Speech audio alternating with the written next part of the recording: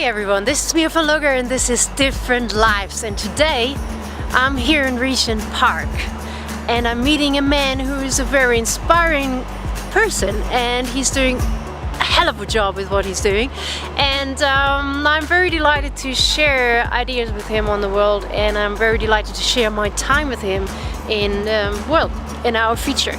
So this is Different Lives, which is under the umbrella of different, and it is here to raise awareness about people, real stories, and to inspire you, uplift you, and tell you that being different is a beautiful thing. Not just for you, it's for others, it's for the world, it's for so many things. I've always wanted to actually share stories about people I've met, I've encountered in my life, and that fascinated me, touched something inside of me, triggered me for a good reason, in terms of I thought, oh, they've got something to give and I wish I could portray them. This is what it is about. I'm here to raise awareness that some of us have been overseen, misjudged by or because they are different, and I want to change that. This is my part of the story to put in, to say, look, this is something I would really like to change. So this is why I'm putting this into action. Welcome to Different Lives. I'm happy to have you here, and yeah, I'm pretty sure we have a good time watching about the life of the Dan Holley.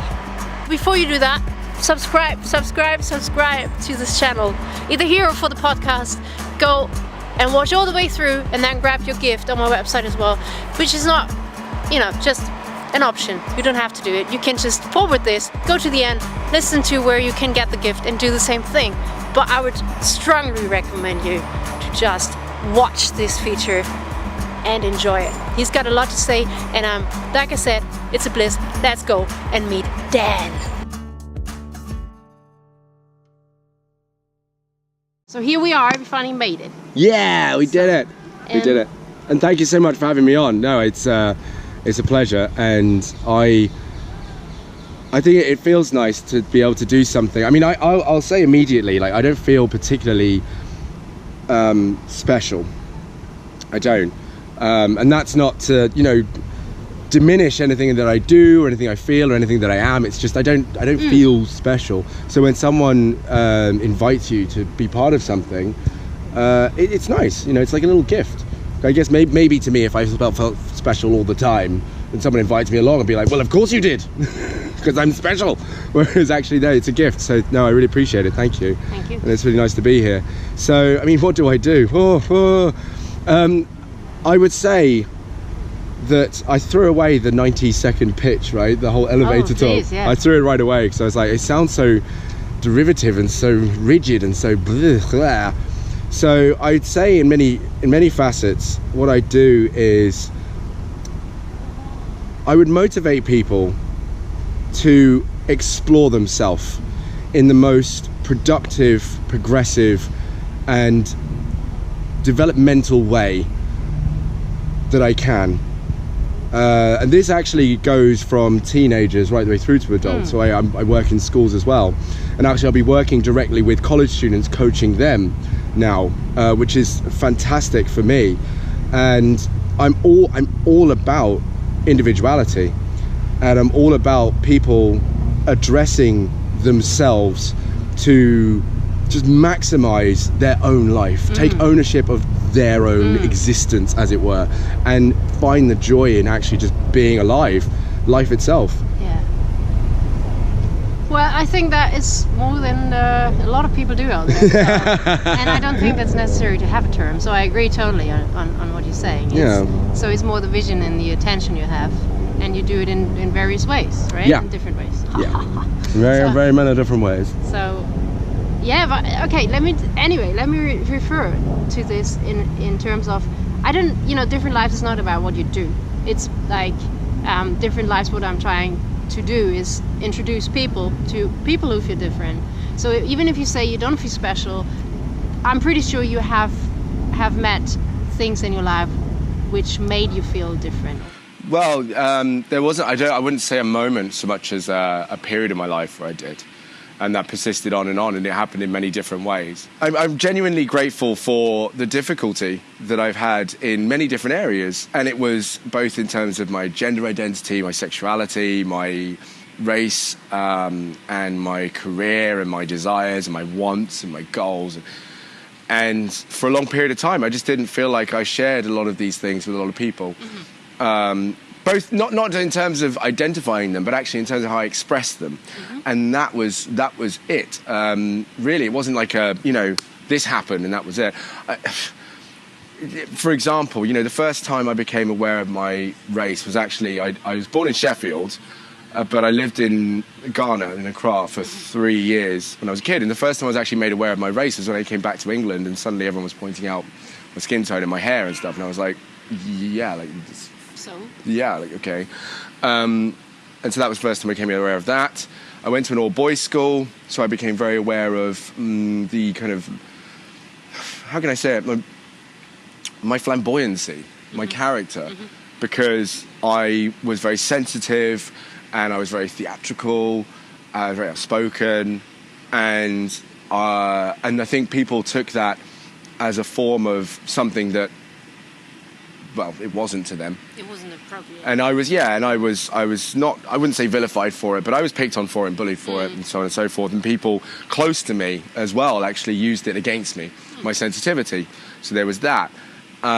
In regards to that, actually, that then pushed over into people thinking I was gay, which, to be fair, like I had never had a problem with that. It was more, and this is a realization I had quite recently, where I thought, I didn't have a problem with being gay. What I had a problem with was people consistently identifying me with something I didn't feel connected to.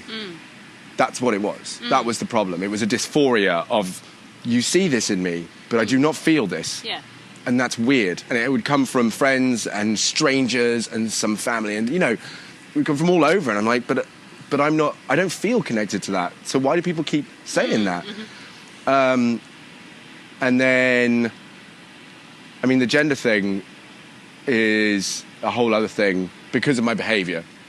So that was connected to the idea that, again, in people's heads, men and women are different and they behave certain ways. Men behave this way and women behave that way. And I'm still seeing this now. And I'm not going to lie. I mean, in terms of what I do, I'm completely off that. I mean, I acknowledge it because I understand it's a construct in people's heads, and how it's formed and how it's sustained. But at the same time, because of my life and also because of what I see and what I'm aware of, I'm recognizing that construct only makes sense to people who fully acknowledge it and believe in it. Yeah. Whereas other people who see differently will literally see differently. And that took a long time because I was around a lot of people who held on to this binary construct of gender, and then would only see, and this is it, they only saw confirmation of that construct. Yeah. And if they saw anything that didn't agree with that, then they would have a problem with it. Or they would just ignore it. Or they'd ignore it, they would undermine it, they would pick on it, they would have a problem with it. Yeah. And so they would... Yeah, and that picking and that ignoring of someone was me. I was kind of not the stereotype at all, which caused a problem because then I'm thinking, well, hang on, should I start being the stereotype then? I started doing things that actually were completely not connected with me either, and that caused problems as well. Being very sensitive as I was, I could. Are you still sensitive? When I talk about sensitivity at the moment, I'm talking about it in the past of how I reacted to it then. Whereas I'm still sensitive now, but my sensitivities, I've taken hold of them. I take on my sensitivity as a huge strength. My sensitivity. I think that too. Yeah. Beautiful. My sensitivity is my empathy, my sympathy, and actually I'm upset because going through the development I've gone through, some of areas of my sensitivity have actually fallen by the wayside, and so there are some areas where I'm less sensitive to other people's feelings and so on. And it's that's again a practice. Yeah. So you learned exactly how to deal with it. Yeah. But in the most part, no, I'm still sensitive as hell. I feel all my feelings, but I've learned how to internalize them in a healthy manner, to address them, look at them, ask why. And thankfully, I've got people around me now. So I went through a whole process of actually putting a lot of people aside who I realized were not good for me, and surrounding myself with people who understood me. Yeah. And therefore I was able to explore my emotions healthily, share them healthily, and know that while I didn't need other people to validate them, I could validate them on my own and understand them on my own. So yeah, like I'm still sensitive. Like this is such a trite example, right? This is a lame example, but because if you look at sensitivity and emotions, there are some very deep, heavy ones, right, that do have an impact on us. But I'm going to keep it light just for this. You know, I still keep it real. Keep it real. like I still. Actually, okay, I'll use two examples then. So I watched Moulin Rouge, one of my favorite films. Love it. I love it to pieces because it's, to me, just for me, right? You don't have to love it, but I love it. To me, it's such a wonderful exploration of love in terms of its impact and how it can come out of nowhere and how quickly it can happen and how hard it hits you and all of it. It's great. And I mean, for me, it's like it's one of the finest musicals in my opinion. His opinion. Just me. You can disagree, and a lot of people do. Yeah, exactly. Yeah. And it makes me cry every time. In fact, I've now got to a point where I used to cry just at the end, but actually now I've watched it recently. I'm bawling like quite the way through because I know what's going to happen. Exactly. And so I'm really sitting in all of it, like, oh, but it's just they fell in love.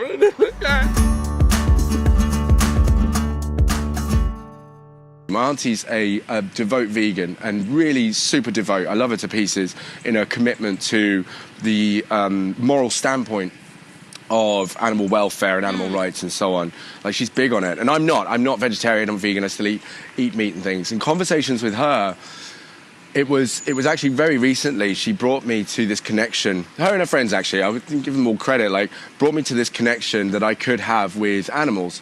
And don't get me wrong, I don't not care at all, right? I want to care.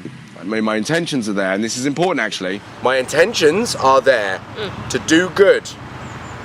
And I can say that I'm trying to do good. Like and I want to do good. Yeah, and I want to be good, and I want to be this, right? Yeah. But when it comes to action, like so many people, that is actually where the impact is. It doesn't matter how many times a day you can say, I'm a good person, I want to be a good person, I want to eat healthy, but if you ain't doing it, it ain't happening. We lean on our intentions too easily. Because as long as we say it, apparently it means we don't really have to do it, because we can say, oh, I'm about it, I am about it, so, you know. Well, it gives the mind a little bit of a rest, right? Sometimes, it's like, or people, not we, because I mean, I have these things too, so it's not like I'm a Buddha or something. So, no, obviously, but it's like, okay, I'm on it, and if you're really on it, then it's okay, right? So if you're really on the track, so then you give yourself some time to really go there and process. You celebrate your wins. Exactly. Sure. So, but if you're not,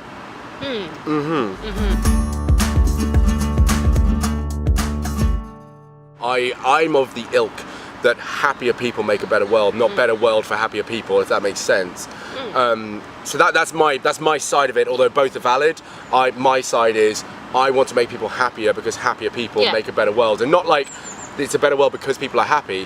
Happier people value life, and when they value life, they're going to be more protective of it, and so they'll be more aware of things that are a threat to their life when they value their life. So that's why my side is I want to make people happier because they will realize the threats to the life that they suddenly now value.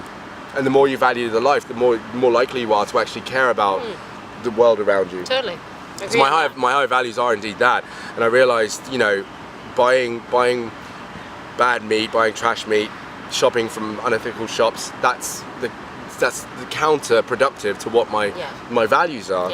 And that came through, and it really hurt. I hurt my feelings. So I was like, you are complicit in as we get onto it, in much the way that other people that I speak to and other people I see are complicit to something that they say they're not. I am complicit to this, and that sensitivity put me in a place where I was like, holy crap, okay, now I've got to accept this. I can't deny it. I can't do my mental gymnastics to try and make it okay for my life, try and give myself, I am complicit. So now what are you going to do? Now what is your action now? Now that you realize what you're a part of, what actually are you going to take to make this happen? And I think that sensitivity and that willingness and comfort in digging into those difficult emotions and feelings is the strength I have to actually improve my place in myself, my self-respect, my sense of congruency, my sense of integrity.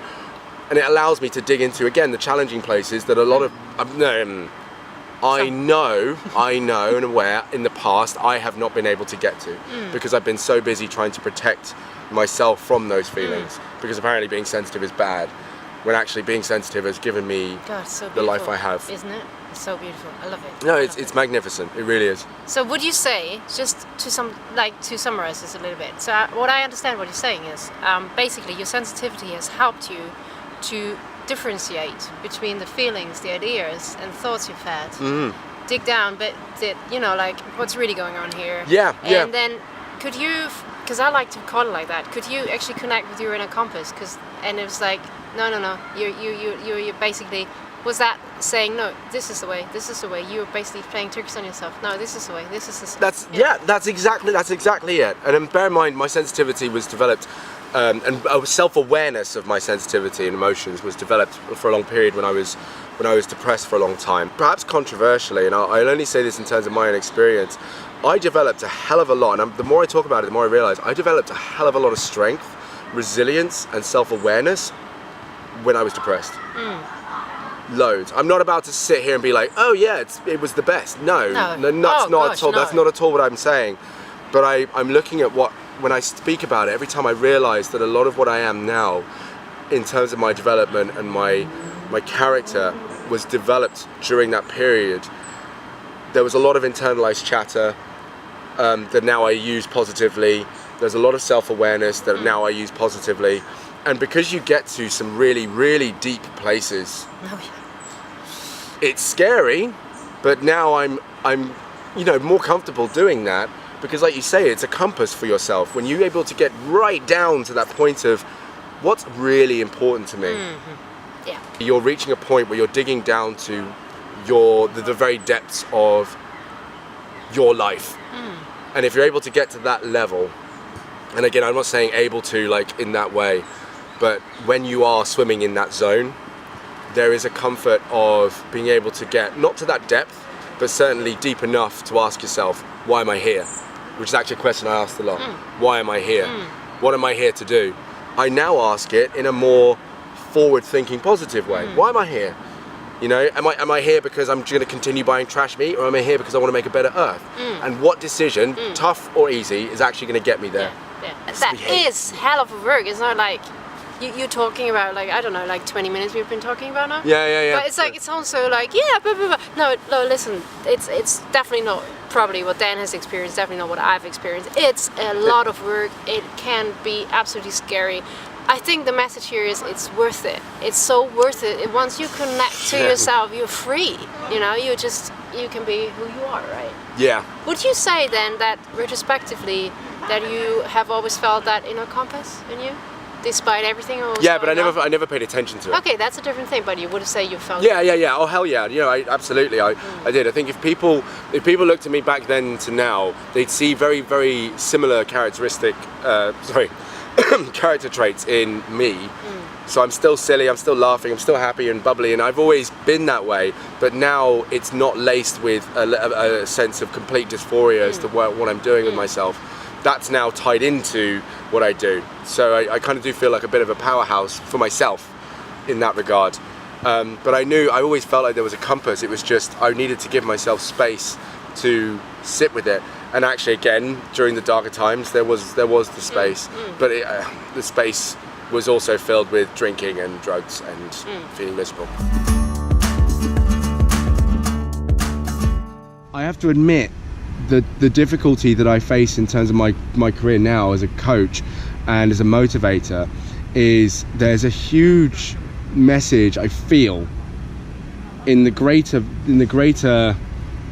spaces of coaching and personal development that don't perhaps preach this kind of stuff enough. There's a very pragmatic kind of capitalist Yeah. thing. Nothing wrong with that. No, Nothing wrong with that. I'm just About saying. system, like Yeah. systematic It's thing. very much like go get it, go get it, go get it, go get it. I see it with certain people like Gary Vee's a big one for it. I do watch his videos and stuff, but there's this level of not addressing that actually for you to understand direction, goal, happiness, joy, solidarity in self, truth and identity, authenticity, you got to go through every single emotion you feel, everything that you feel, because it's always telling you about yourself, right? And it's not telling you about yourself as a truth, it's telling you about yourself as perhaps a conditioning, as a learning, as what's going on with where you are. Yeah. Do you want to feel that way? Yes or no? Do you want to how do you want to feel? How do you want to feel in response to this? How do you want to move forward in this direction? And do you really want to do this? If not, what would you rather be doing? And all of these things. And that does take emotional work. And I know that there's just a very in many spaces there's a, for example, in education in the UK at the moment, I know that they're trying to pull back on creative subjects, which is heartbreaking, because it's not to say that STEM is not important, but it's also to recognize that imagination, feeling, creation, all of these things are just as important. Oh, then they are as all of these essential. things. They're just they're so wildly important. And I'm not surprised actually that they're trying to do that, because the education system, as so many people say, is designed for like workers. They're literally designed to pick you up, put you in like a little box and send you on your way.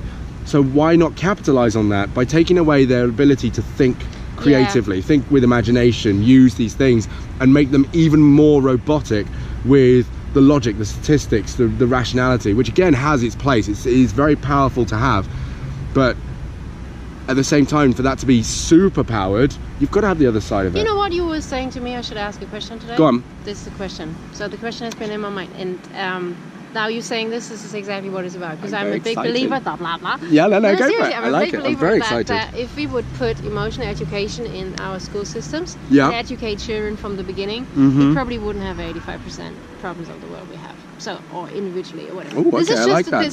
this is my intuition like telling that. me. I'm not. Okay. There's not a verified number, so don't get me wrong. And I said that in a different feature, but anyway, I stick to that. So my question is Yep. to everyone I talk to who's involved in educational stuff. I Yep. say, why are we not teaching children to deal with their emotions so they can actually be individually independent?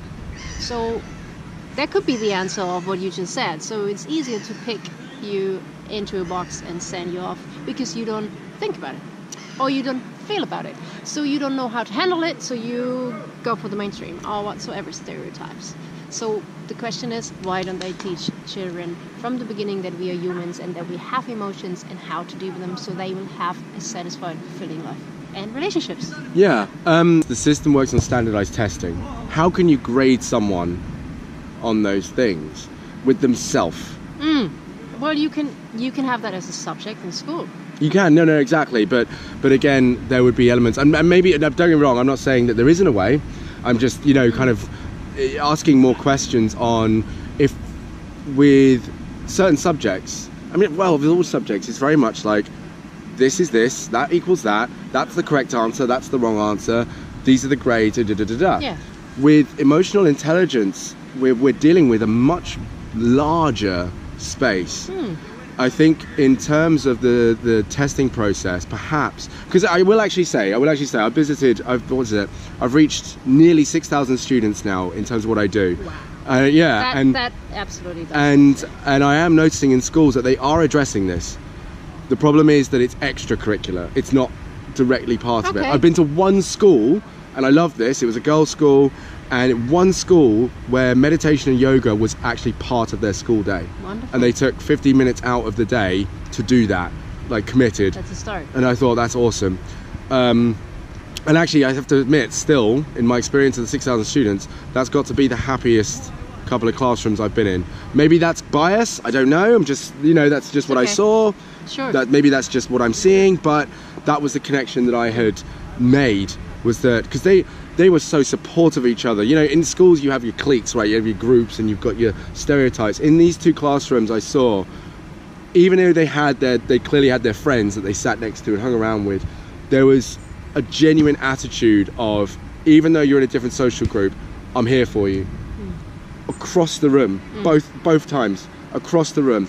Even though, you know, you're friends with them and I'm not, we're all together here. We're all friends.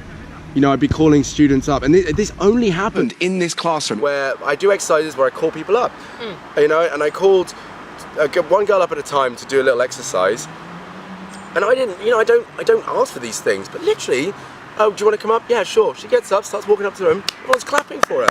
I was like, what's going on? And I even stopped her. I was like, this never happens in a school. Like, this is amazing. And they obviously were a bit shy. It's like, oh, but I was like, this literally never happens, where someone just volunteers to come up, or they volunteer to come up, and all they do is get up on their seat and everyone's clapping for them because they stood up and started walking to the front of the room.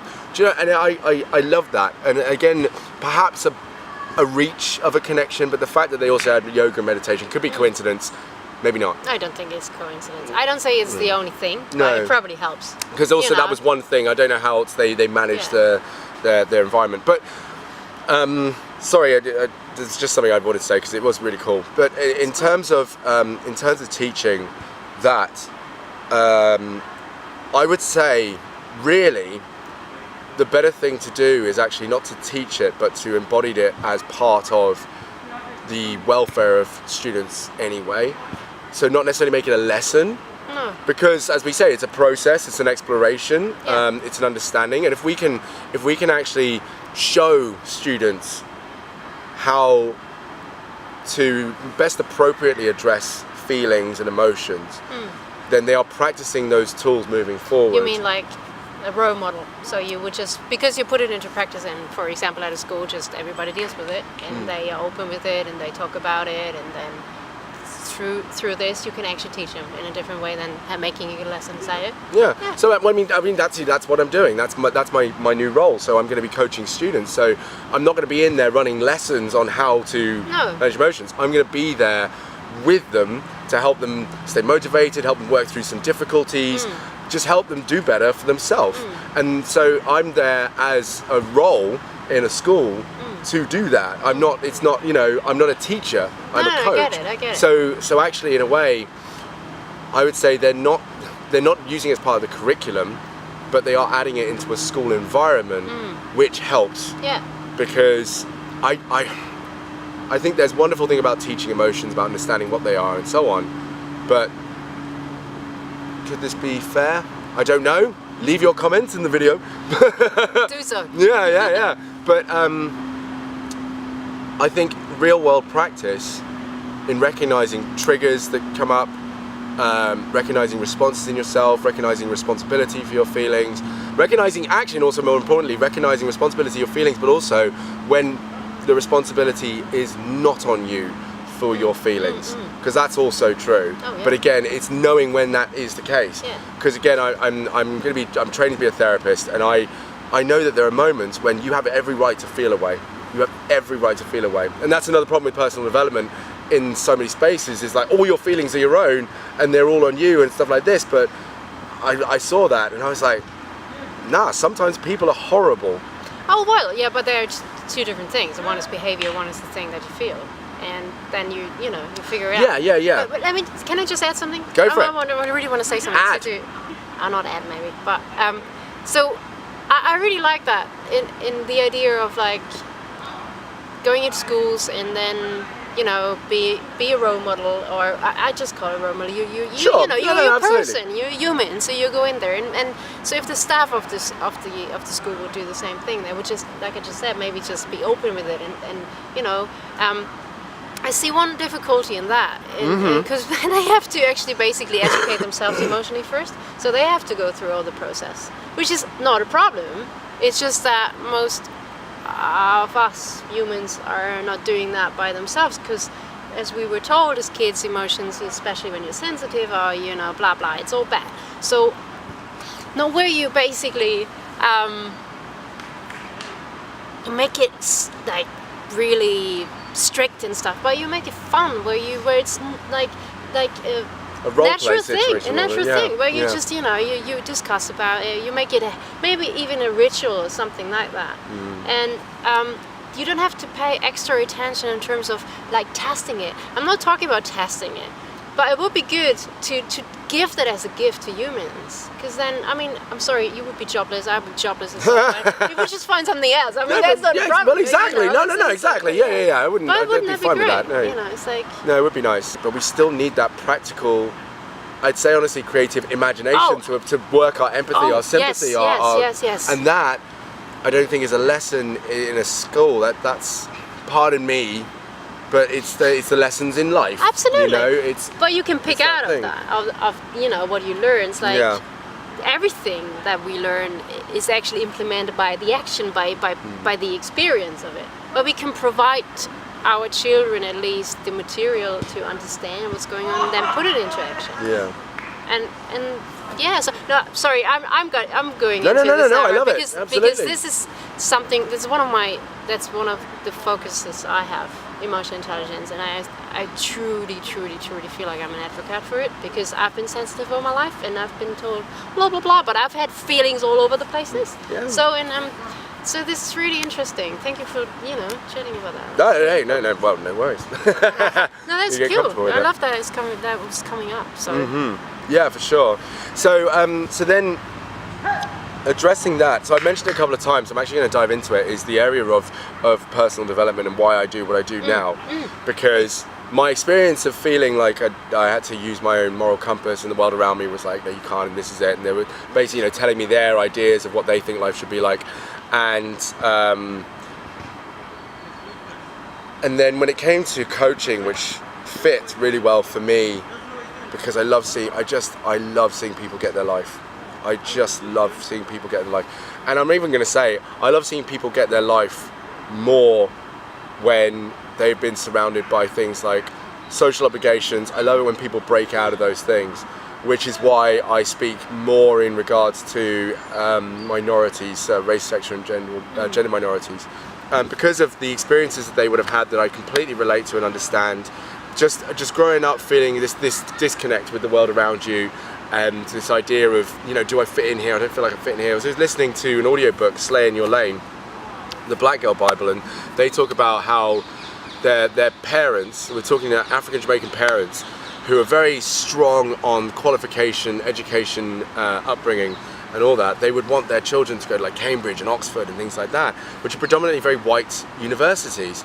And the girls and boys who would be qualified to apply to these universities wouldn't feel really inspired to do so, because they were aware that they wouldn't fit in, or they wouldn't feel like they were going to be at home there. Different. They were going to feel really, really different. Yeah. And it was like, well, I'm just jumping out of the frying pan to the fire. And actually, when I was listening to this, my friend asked me, would you have gone? And I kind of thought, if I was qualified to go to Oxford University or Cambridge University, if I was qualified to go, at that time, probably, only because, again, I think it would have been something I felt my parents wanted me to do. But actually, my compass, my emotional compass would have been like, this is going to be horrible for you. Because I'd just come out of a school that was predominantly quite white.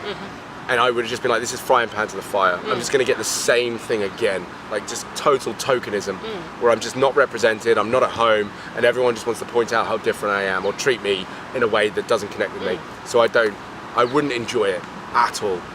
That makes a lot of sense. Yeah, and it's a great question your friend asked you. yeah. No, it was really good question. So it's experiences like that, and these things go under the radar because, again, going into another area, I picked the industry apart. I picked it apart because early on I noticed that, for one, the industry was heavily white male dominated, for one. Even though there are some incredibly powerful, incredible coaches out there who are women, the ones that seem to get the most attention, or at least I noticed when people mention names, always white men. I was like, okay, this is interesting. When I learned that the industry came about purely, and personal development was born out of the goal to help people earn more money. That's what it was designed for. And of course, I didn't know that. Yeah, that's the whole reason it exists. Oh man. In terms of its system, in terms of its messages, in terms of its attitude, I did notice where there was a bit of an unhealthy pattern of language within it. And I'm not saying it's bad because it's done some wonderful things and it's borne some wonderful branches off the main trunk of personal development. But I just started to think, like, there's something not right about this. There's something unhealthy about this industry. I don't like it. I don't like the way I don't like the way it's preaching. I don't like the way it's doing things. I noticed that about you because I could see that. You know, I follow you. But when you talk about, like, especially with the minorities, and I see that they're an important part of our society. We are everyone. Yeah, of course, everyone. I'm just talking about that. So, why do you think that? Why is diversity so important? Why would you say that? It's important to not only inclusion, but why is it good? So first of all, I'm going to answer by saying I did a talk at a company recently in which I started the talk by saying diversity and inclusion are not the words that I feel I want to use anymore, right? I think in terms of social issues, I don't think they're good words to use anymore. Okay, why is that? Diversity now has been painted with this brush of other, right? It's painted with this brush of, because I mean, we are diversity. you know, in that context, that's us. Yeah. But I don't feel like diversity. I don't like you do. I don't feel, I'm Dan. Yeah. I've been Dan my whole life. I don't feel like diversity. But that's how I'm labelled. Okay, get it, yeah. You know? And I'm like, I'm not other. I am not other. I'm Dan. I'm here. I almost refuse to be other because I've been born in this country, raised here. I am at home everywhere I go. I'm not diversity. I'm Dan.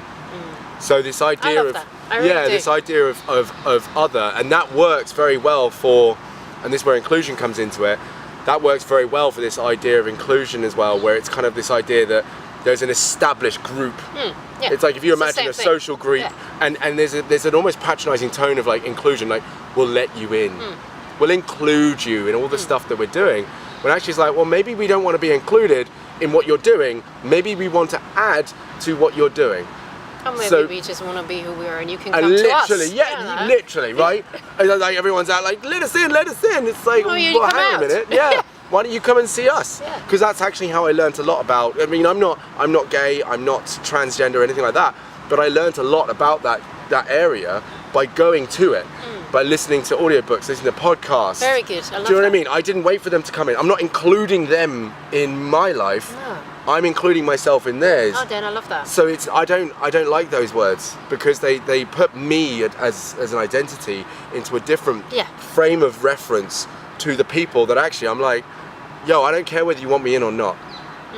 I'm going to do my thing. And so that's why I like social cohesion, because to me cohesion is that sum of all parts, using all of the things. When I learned that Britain was 87% white, which I was surprised by. I knew it was majority, but I didn't realise it was that high a majority. I thought, well, actually, no. And then I looked at Britain as well. I was like, do you know what? Cohesion works so much better because Britain has done. When I saw this, I was like, Britain has actually done quite well. Personal development, I feel, is where the diversity and inclusion, my definitions of them are absolutely rampant.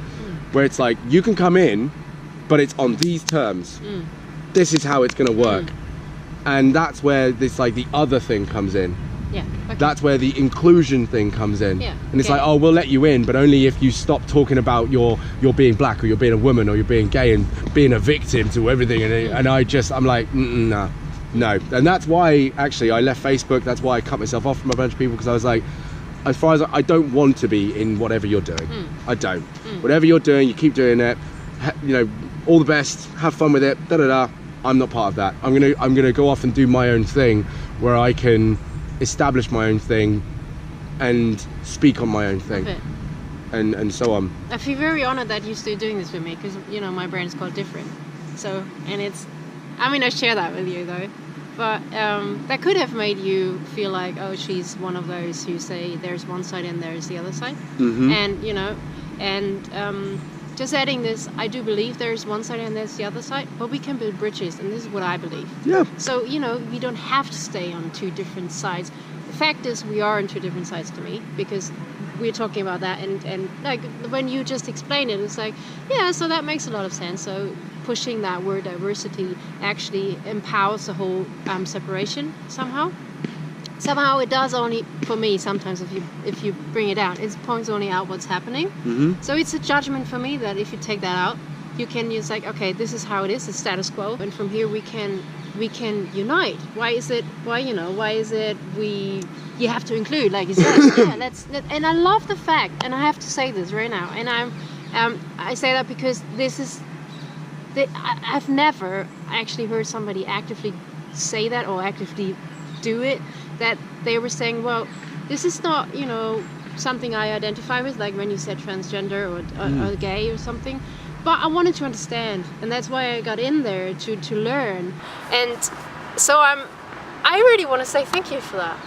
Really do, because I live a gay life, but that's not the reason why you did it. But I can say, this is what a different movement for me is about, where we learn from each other, that you dive into somebody else's life and say, tell me about it. I want to understand how you experience life, so I can actually resonate with you much better, can understand you, can help you, we can support, we can learn, we can create this beautiful stuff. So thank you for doing that, really. It's lovely. And thank you. It means a lot to hear that, but it's weird to hear that, I'm not gonna lie. I really mean that. I think when I said this is it, right? When we look at diversity, we see other and so on and so forth, and therefore, actually, if I were to put it this way, that would make LGBT, the whole thing, diversity to me. And of course, that Sure. That kind of puts that river between it. Yeah. Whereas I think of social cohesion, I think of a totality. It's already there. Yeah.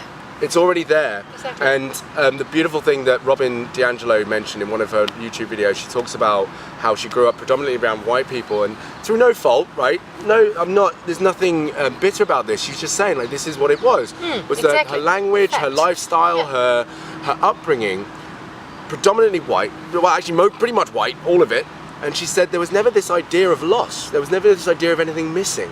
And so there was never this need to go and look for anything different, because you felt complete.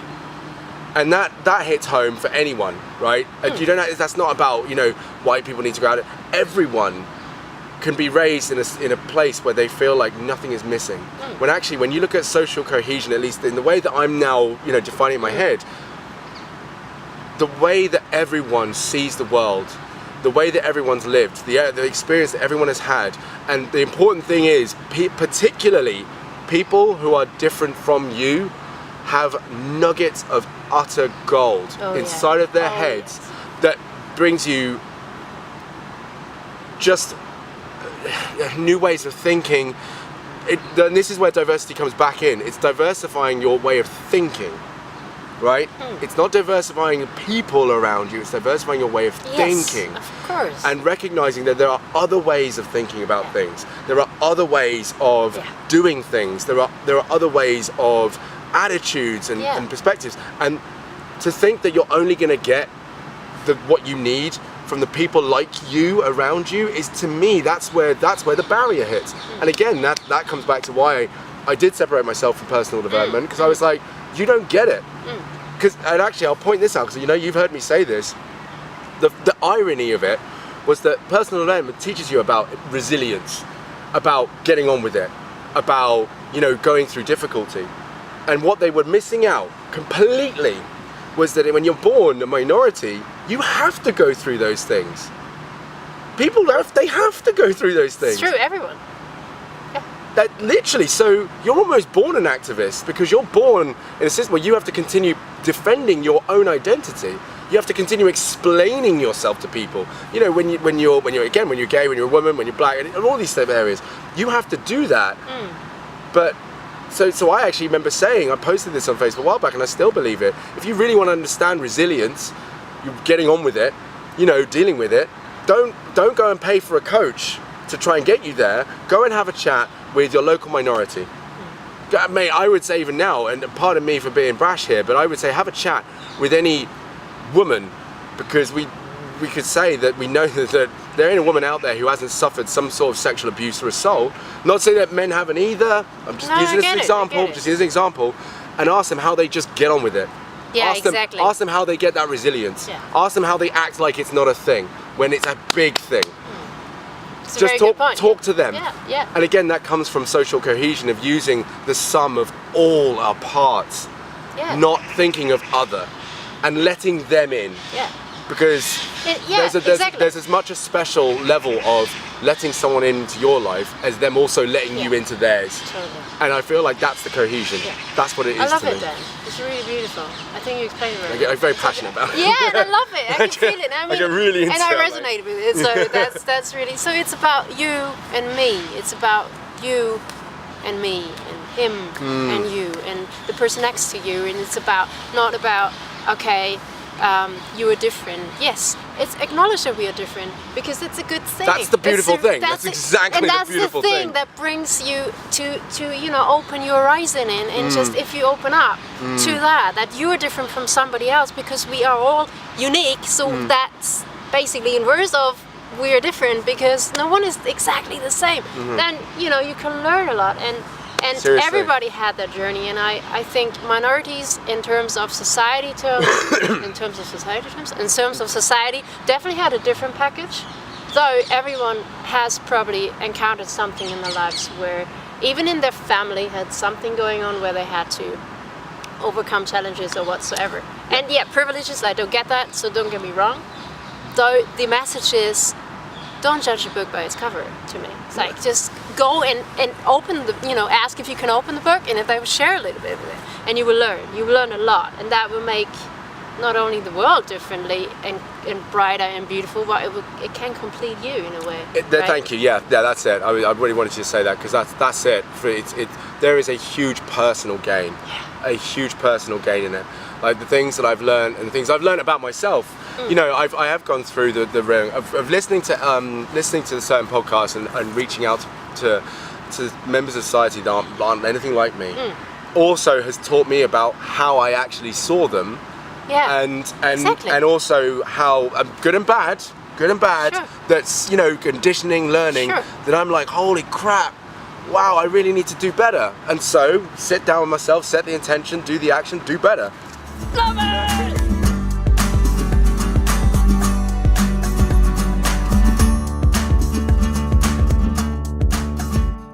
I would like to ask you two things. Okay. To round this up. Sure. Hit me with it. Name me 3 people that have influenced your life and there is no hierarchy. Just the 3 first ones that come to your mind. Okay. And why? Excuse me. In terms of like the lasting impact, my sister, my little sister, my mum, and my dad actually. I'm not even. I know. Maybe we're looking for. No, we're not looking for anything. If you're looking for the 3 people you name. For real. Then that's it. Obviously there are loads. No, of course there are loads. But actually, There's no hierarchy. Yeah. In terms of the lasting impact, those 3 people, my little sister, my mum, and my dad, because of the decisions I know they've made, the things that they have done and achieved and worked through, and I think it's because that's in my blood. That's in my blood. To see that they've done what they've done, it's in my blood. So I'm like, that's part of me. That strength and that persistence and the attitude and I love my family to pieces. Like, no question about it. What's the one thing that you would want to say to people who are different out there? What would you like to tell them? Okay. The next time you have opportunity to take time away, be alone. Be alone for at least a week. Be with yourself. By being different, we are perhaps wanting to reach out to the rest of the world to fit in, to find out, where we can find confirmation of self and things like that. And I think it was Maya Angelou says, I want to be able to quote this correctly, I belong no place, every place, but no place at all. And to me, what I got from that is, you are at home everywhere you are. And you only get comfortable with that by spending and committing time to yourself, without distraction, without obligation, without persistent messages about what you're not, and getting comfortable and used to what you absolutely are, that you love. Because that's pretty much what I did. And it's the best. Thank It's the best. And I just want to add to that Dan actually told me, because I was asking him for a significant place where we could meet, because I actually like my features to take me to a significant place of their lives. And he said, you know what, Mia, I don't think I can provide this to you. I've been doing some thinking, but there's nothing, I can't identify with anything, blah, blah, blah. And he said to me, I feel home in my body, and that's the most significant place. So everywhere we meet is fun. Yeah. And I loved it. So listen to this wise man, okay? And I mean this. Dan, it was a blast. Thank you. This is great. Thank you. much. Congratulations. This is great. And all the best of luck thank to you. you for everything you do. It's amazing stuff. Keep up the good work. Thank you. It's all right. Have a beautiful day. And he's going to go and see a talk today, right? Yes, indeed. Yeah, I'm going to go and educate myself some more. Well then, enjoy that. Thank you. Thank you. Bye, everyone. Bye-bye. Sun. Can you call the sun again, please? Mother Nature. Get it together now. Come on. Come on. Okay, everyone. So that was awesome, wasn't it? I loved it. I just loved it. And I'm a great human being, is it? So this was Different Lives with Dan Holley, and I am now going home because it's actually quite cold here. And you please subscribe to this channel, YouTube or the podcast, whatever. It's your choice. You can jump on my website, you can find a gift there that is connecting you with your inner compass. Okay, it's introducing you back to you.